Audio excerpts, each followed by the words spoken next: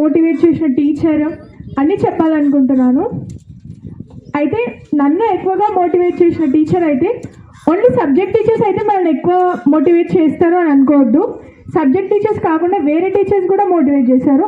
అందులో పవన్ మేడం మాకు ఫిజిక్స్ అంత చదవకుండే సార్ నన్ను మోటివేట్ చేసిండు. మీ అన్నంత గణం చదువుతుండే, నువ్వు ఎంత చదువుతావు, నీ లోపల కూడా ఉంది. అట్లా సీని సార్ వల్ల అయినా ఇంకా 9th 8th సీని సార్ కూడా అంటే అందరూ చేస్తారు. కాకపోతే నేను ఎక్కువ ఇన్నది అయితే కరిష్మా మేడం ద్వారానే విన్నా. హాస్టల్ స్టూడెంట్స్ని ఒక డిసిప్లైన్గా పెట్టింది.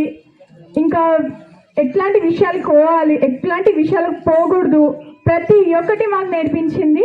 So thank you madam. ఇంకా నేను ఎట్లాంటి విషయాలు పోవాలి, జీవితంలో ఎట్లాంటి విషయాలకు పోకూడదు అనేది కూడా నాకు ఈ స్కూల్ నేర్పించింది. నేను ఈ స్కూల్ నా లైఫ్లో ఎప్పటికీ మర్చిపోలేను. ఇది నాకు చాలా నేర్పించింది.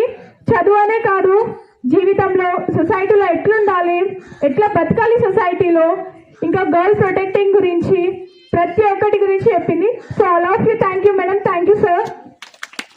అండ్ ఎడ్యుకేషన్ విషయానికి వస్తే ఇక్కడ ఎడ్యుకేషన్ మాత్రం ఖతర్నాక్ ఉంటుంది. ఇందులో పేర్లు పెట్టాల్సిన అవసరమే లేదు. ఏ ఒక్క టీచర్కి రిమార్క్ లేదు. ప్రతి ఒక్క టీచర్ మంచిగా చెప్తాడు. నేను ప్రతి ఒక్కరికి చెప్తున్నా, ఎవరి స్కూల్కి రావడానికి భయపడద్దు. ఇది చాలా మంచి స్కూల్. ఇంకా ఇది మాత్రం ఒక స్కూలే కాదు, దీనికి ఒక క్యారెక్టర్ ఉంది దేవకద్ర మొత్తంలో. ఇంకా ఇది ఒక జీవిత పాఠాలు నేర్పిస్తుంది, ఎడ్యుకేషన్ ఇస్తుంది, అన్నీ ఇస్తుంది డిసిప్లైన్తో సహా. ముఖ్యంగా ఈ స్కూల్ నేర్పించేది అంటే ఆర్ఎస్ఎస్ గురించి. సో ప్రిన్సిపల్ సార్ వల్లనే అది.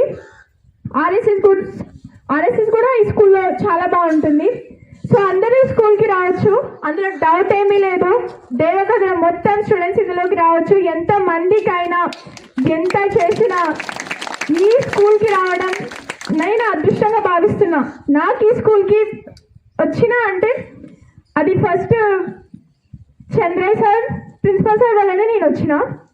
ఫస్ట్ జాయినింగ్లో సార్ నాకు మోటివేట్ చేసిండు కొంచెం. చంద్రయ్య సార్, ప్రిన్సిపల్ సార్ ఇట్లా ఎట్లా ఉండాలి. ఫస్ట్లో నేను వచ్చిన ఎవరు రాలేరు, నేను ఒక్కదాన్నే వచ్చిన ఆ రోజు. అయితే చంద్రయ్య సార్ నా ఒక్కదానికి చెప్పిండు. So thank you sir. నేను ఆ రోజు నుంచి ఈ స్కూల్కి ఎందుకు రావద్దు, ఎందుకు రావాలి అనేది ప్రతి ఒక్కటి మా డాడీకి వివరించి మరి నేను 10th వరకు ఇన్నే చదువుతా అని చెప్పిన. ఎందుకంటే ఇది పేరుకు ఒక స్కూల్లా కనిపిస్తుంది కానీ ఇందులో ప్రతి ఒక్క ఫెసిలిటీస్ ఉంటాయి. హాస్టల్ ఫెసిలిటీస్ కూడా పేర్లో పెట్టాల్సిన అవసరమే లేదు. ఫుడ్తో సహా, వార్డెన్స్తో సహా ప్రతి ఒక్కరు, మీకు ఏ డౌట్ ఉన్నా